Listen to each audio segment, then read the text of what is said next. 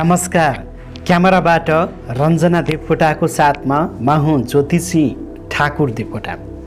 आदरणीय दर्शकहरू, भनिन्छ नि मानिसको पहिचान जुत्ता र चप्पलबाट हुन्छ अरे। मानिसको सबभन्दा पहिले हेर्ने भनेको कहाँ, जुत्ता कस्तो छ, चप्पल कस्तो छ हेर्छन्।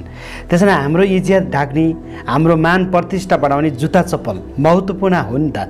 त्यसैले भनिन्छ नि कुनै पनि व्यक्तिको घर कस्तो छ भनेर थाहा पाउनलाई शौचालय हेरे थाहा हुन्छ अरे। मानिसको यसको स्वभाव कस्तो, यो मान्छे कस्तो भनेर जान्नको लागि जुत्ता र चप्पल हेऱ्यो भने थाहा हुन्छ अरे।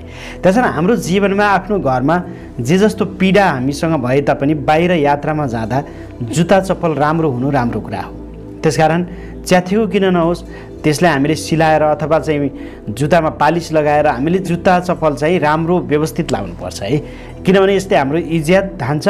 र अर्को कुरा के हो भने जिन्दगी भनेको यात्रा हो। हामी जीवनमा यात्रा गर्छौँ, हामीले यात्रा गर्ने भनेको चाहिँ जुत्ता चप्पल लगाएर हो। त्यसैले हामीलाई हिँड्नको लागि सहायता गरे त यो जुत्ता चप्पल भएन भने हामी हिँड्दैनौँ नि। त्यसकारण यो महत्त्वपूर्ण चिज हो नि है। जुत्ता चप्पललाई इज्जत गर्न जान्नुपर्छ।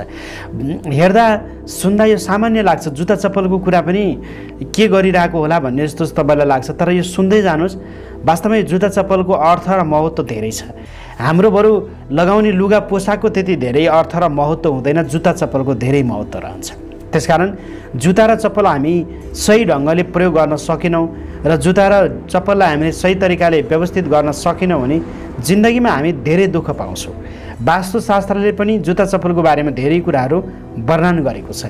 त्यसैले आजको भिडियोमा म तपाईँको माझमा यस्तो महत्त्वपूर्ण विषयवस्तु लिएर आएको छु कि जुत्ता चप्पल कसरी लगाउने, कहाँ राख्ने, कहिले लगाउने, पुराना जुत्ता चप्पललाई के गर्ने, हरेक कुराहरू छ। अन्त्यसम्म नआत्तिकन तपाईँ यो भिडियो हेर्ने र सुन्ने प्रयास गर्नुभयो भने सम्पूर्ण ज्ञान र जानकारी प्राप्त गर्न सक्नुहुन्छ। आदरणीय दर्शकहरू, त्योभन्दा पहिले हाम्रो च्यानलमा तपाईँ नयाँ हुनुहुन्छ, पहिलोपटक हेर्दै हुनुहुन्छ, च्यानललाई सब्सक्राइब गर्नुभएको छैन भने सब्सक्राइब गर्नुहोला। किनभने नयाँ नयाँ कुराहरू हामी तपाईँको माझमा राख्छौँ र तपाईँले नजिकै रहेको बेल घन्टीमा गएर अलमा क्लिक गर्न नबिर्सिनुहोला। यसो गर्नुभयो भने नयाँ ज्ञान र विशेषताहरू प्राप्त गर्न सक्नुहुन्छ। केही जिज्ञासा छ भने हामीले स्क्रिनमा देखाइरहेको नम्बरमा तपाईँले फोन गर्न सक्नुहुन्छ है। अब म ढिला नगरिकन यहाँहरूको माझमा जानकारी दिन्छु, जुत्ता चप्पल हामीले घरमा कसरी राख्ने, पहिला त्यो कुरा गरौँ है त।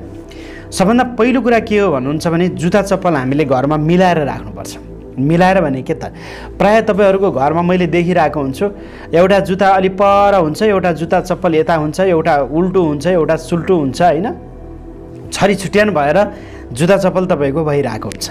त्यसैले जुत्ता चप्पल त्यस्तो तरिकाले कहिले पनि राख्नु हुँदैन। जुत्ता चप्पल तपाईँको लगाउँदाखेरि खोज्दाखेरि ठ्याक्कै तपाईँको आफ्नो अगाडि हुनु पर्यो। जुत्ता घोप्टो भएको पनि हुनु भएन, सुल्टो अवस्थाको भएको हुनु पर्यो। त्यसकारण जुत्ता चप्पल लाइन लगाएर राख्ने हो। त्यसकारण छरी छुट्यान बनाएर जुत्ता चप्पल राख्नु हुँदैन। यो पहिलो कुरा हामीले बुझ्नुपर्ने हुन्छ। र घरको मूल ढोकानेर धेरै जुत्ता चप्पल गज्याङ गुजुङ बनाएर राखिरहेका हुन्छौँ। घरको मूल ढोका भन्ने पवित्र चिज हो। त्यसकारण घरको मूल ढोकाभन्दा अलिक टाढा राख्नु पऱ्यो कि हामीले जुत्ता चप्पल, बाहिर छराउने पनि क्या। अब सधैँ हामीले राखिरहने त हामीले चाहिँ अब म त्यो कुरा गर्दैछु कहाँ राख्ने भन्ने कुरा होइन। तर पनि तत्कालीन अवस्थामा पनि जुत्ता चप्पल छराएर राख्ने, मूल ढोकामा राख्ने होइन नि।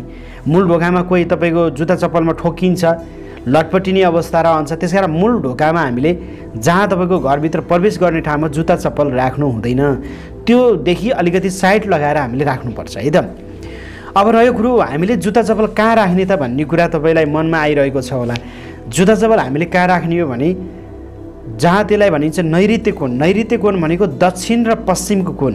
जुत्ता चप्पल राख्नुको लागि सबैभन्दा राम्रो भनेको दक्षिण र पश्चिमको कोण भन्छ, त्यसलाई नैऋत्य कोण भन्छ। त्यसकारण तपाईँले घरको मूल ढोकामा राख्नुभन्दा घरको बाहिरतिरका जुत्ताहरू पनि दक्षिण पश्चिम नैऋत्य कोणमा राखिदिन सक्नुहुन्छ।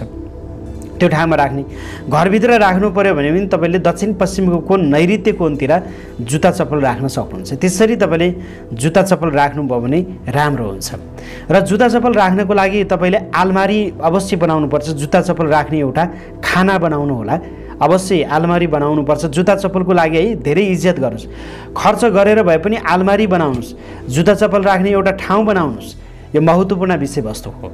अब रह्यो हामीले विशेष गरेर यात्रामा जाने बेलामा जुत्ता चप्पल उल्टो भयो भने हाम्रो सायद बिग्रिन्छ, त्यसले नराम्रो अशुभ सङ्केत दिन्छ। त्यसकारण हामीले जुत्ता चप्पल जहिले पनि सुल्टो बनाएर राख्नुपर्छ, उल्टो बनाएर राख्नु हुँदैन। शनि भन्ने ग्रह बिग्रिन्छ, वास्तुशास्त्रले पनि नराम्रो भन्छ, ज्योतिषशास्त्रले पनि जब जुत्ता चप्पलहरू उल्टो हुन्छन् शनि ग्रहहरू बिग्रिन्छ भनिएको हुन्छ। यो हामीले बुझ्नुपर्ने कुरा हो। त्यसकारण उल्टो जुत्ता चप्पल कहिल्यै पनि नबनाउनु। यदि अरू कसैको पनि उल्टो जुत्ता चप्पल परेको छ भने तपाईँहरूले सुल्टो बनाउने काम गर्नुपर्छ। यो अरूकै जुत्ता चप्पल हो, के सुल्टो बनाइराख्नु भनेर हुँदैन, त्यो अरूको लागि नराम्रो हुन्छ। त्यसकारण हामीले सुल्टो बनाएर राख्नुपर्छ। अब रह्यो हामीले वर्षौँ साल जुत्ता चप्पलहरू किनिरहेका हुन्छौँ, तर कुनै जुत्ता कस्तो हुन्छ न च्यातिन्छ न फाल्न मन लाग्छ, पुराना जुत्ता चप्पल हुन्छन् नि। हाम्रो यो वास्तुशास्त्रले के भन्छ, धेरै पुराना जुत्ता चप्पलहरू घरमा राखिरहनु हुन्न भन्छ। त्यसकारण कि त त्यसलाई प्रयोगमा ल्याउनुहोस्, होइन भने तपाईँले कुनै एउटा दिन पारेर त्यसलाई तपाईँले विसर्जन गराइदिनुहोस्, फालिदिनुहोस् है। कि त तपाईँले चाहिँ कोही दुखी गरिबी असहाय हुन्छन् त्यस्ता व्यक्तिहरूलाई तपाईँले चाहिँ दिन सक्नुहुन्छ, जुत्ता चप्पल दिन सक्नुहुन्छ, राम्रो हुन्छ। तपाईँको शनि ग्रहको चाहिँ दोष निवारण रहन्छ। यो महत्त्वपूर्ण कुरा हामी तपाईँको माझमा जोडिरहेका छौँ। र जुत्ता चप्पल अरूलाई दिँदा सकभर आफ्नो पुरानो जुत्ता चप्पल अरूलाई दिनु पऱ्यो भने पनि धुइधाइ गरेर दिनु होला, सफा गरेर दिनु होला। तपाईँसँग भएको शक्ति अरूसँग नजाओस् है। सकभर त दिनु होइन, दिनु पर्दैन, तपाईँले फाल्ने नै हो। यदि तपाईँको राम्रो छ, कसैलाई दिन मन लाग्यो, दुखी गरिबी असहायले लगाउन सक्छन्, त्यस्तो अवस्थामा तपाईँले धुइधाइ गरेर त्यसलाई शुद्धिकरण गरेर दिनुभयो भने तपाईँको सकारात्मक ऊर्जा अरूसँग जाँदैन है, यो बुझ्नु होला। त्यसै गरी अर्को कुरा के छ भन्नुहुन्छ भने तपाईँले घरको नैऋत्य कोणमा यदि जुत्ता चप्पल राख्ने ठाउँ छैन भने यसलाई भनिन्छ पश्चिम उत्तरको कोण, वायव्य कोण भन्छ। वायव्य कोणमा पनि तपाईँले जुत्ता चप्पल राख्ने बनाउन सक्नुहुन्छ, त्यो ठाउँ पनि तपाईँको लागि राम्रो हुन्छ। र तपाईँ कुनै विवाह पार्टी समारोह अफिसहरूमा जागिरी गर्ने व्यक्तित्व रहनुहुन्छ, हरेक यात्राहरू शुभ रहोस् भन्न चाहनुहुन्छ भने कालो जुत्ता प्रयोग गर्नुपर्छ है। यो जुनसुकै राशि वर्ग कुनै समस्या छैन, कालो जुत्ता भन्ने चिज तपाईँले लगाउनु राम्रो मानिन्छ। किनभने शनि भन्ने ग्रहले प्रतिनिधित्व गर्छ कालो जुत्तालाई। त्यसकारण हामीले शनि ग्रहलाई राम्रो बनायौँ भने शनि भन्ने ग्रहले पक्कै पनि हाम्रो कार्यमा सफलता प्राप्त गर्न सकिन्छ। शनि भनेको न्यायका देवताको रूपमा रहन्छन्। हामीले चाहिँ राम्रो तरिकाले चाहिँ तपाईँको जुत्ताहरूलाई चाहिँ लगाएर गयौँ भने शनि सकारात्मक रहन्छन्। त्यसकारण यो कालो जुत्ता प्रयोग गर्नु राम्रो। प्रायः मान्छेहरू कालो जुत्ता किन प्रयोग गर्छन् होइन, जस्तै दुलाको पनि कालै जुत्ता हुन्छ नि, त्यसकारण लेदरकै जुत्ता, छालाकै जुत्ता भए पनि कालो जुत्ता हुन्छ, स्कुलमा पनि कालो जुत्ता हुन्छ। कालो जुत्ता भनेको एउटा राम्रो है, सकारात्मक हो। त्यसकारण हामीले कुनै पनि शुभ कार्यहरूमा, हामी अफिसहरूमा कुनै पनि ठाउँमा जाँदा कालो जुत्ता लगाएर सायद गर्नुहोस्, राम्रो हुन्छ। यो महत्त्वपूर्ण कुरा हो। त्यसै गरी अर्को कुरा के छ भन्नुहुन्छ भने तपाईँ यो जुत्ता चप्पल लगाएर पूजा कहिले पनि गर्नु हुँदैन है।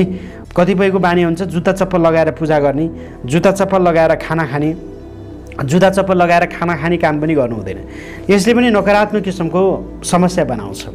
त्यो बुझ्नुपर्ने कुरा। हामीले यदि सामान्य कुराहरू बुझ्दैनौँ, हामीले यस्ता सामान्य कुराहरू जस्तो लाग्छ यी भिडियोहरू हेर्दैनौँ, त्यही भएर हामी धेरै कुराहरू बुझ्दैनौँ। त्यसै गरी हामीले विशेष गरेर के छ भन्दा यो सुत्ने कोठाहरूमा चाहिँ यस्ता जुत्ता चप्पलहरू राख्नु हुँदैन। कतिपयको बानी के हुन्छ, सुत्ने कोठामा सिरान नजिकै जुत्ता चप्पल राख्ने, यसले तपाईँको निन्द्रा डिस्टर्ब गर्छ, तपाईँको निन्द्रा नलाग्न सक्छ, वास्तु दोष लाग्छ। विशेष गरेर सुत्ने कोठामा हामीले जुत्ता चप्पल राख्नु हुँदैन। यो तपाईँ हामीले बुझ्ने कुरा हो। त्यसकारण यो महत्त्वपूर्ण कुरा मैले तपाईँको माझमा जोडिरहेको अवस्था रहेको छ। त्यसै गरी रह्यो अर्को कुरा के छ भन्नुहुन्छ भने हामीले जुत्ता चप्पल विशेष गरेर राख्दाखेरि तपाईँले चाहिँ विशेष देखिने गरी, प्रष्ट थाहा हुने गरी राखिदिनु भयो भने राम्रो हुन्छ। धेरै लुकाएर पनि नराख्ने र अर्काको जुत्ता चप्पलको माथि फेरि अर्काको जुत्ता चप्पल खप्याएर पनि नराख्नु होला, सिङ्गल सिङ्गल राखिदिनुपर्छ। त्यस्तो गर्नुभयो भने सकारात्मक राम्रो कुरा हुन्छ। त्यसैले हाम्रो इज्जत मान प्रतिष्ठा ढाक्ने, इज्जत जोगाउने जुत्ता चप्पललाई हामीले पनि सम्मान गरौँ। अवश्य यी जुत्ता चप्पललाई सही तरिकाले हामीले व्यवस्थित गऱ्यौँ र जुत्ता चप्पललाई हामीले सम्मान गर्न सक्यौँ भने जुत्ता चप्पलले पनि हाम्रो इज्जत बचाउँछ। हामीले बुझ्नुपर्ने यो महत्त्वपूर्ण कुरा हामी तपाईँको माझमा जोडिरहेका छौँ। यद्यपि तपाईँको शनि भन्ने ग्रह बिग्रिरहेको छ, शरीरमा आलस्यता छ, प्रायः तपाईँको जुत्ता चप्पलहरू लगाएपछि ठेस लाग्ने खुट्टामा अनि अलि बढी चोटपटक लाग्ने भइरहेको छ भने तपाईँले कालो जुत्ता शनिबारको दिन पारेर दान गरिदिन सक्नुहुन्छ। त्यसो गर्नुभयो भने तपाईँको बढी चोटपटक लाग्ने त्यस्तो समस्याहरू भयो भने तपाईँको समस्या हल हुन्छ है। त्यही कारण यो तपाईँले गर्न सक्नुहुन्छ। कालो जुत्ता दान गर्नु राम्रो र उपयुक्त मानिन्छ। शनि ग्रहलाई हामीले सकारात्मक बनाउन सकिन्छ। यो महत्त्वपूर्ण विषयवस्तु आज हामी जोड्यौँ।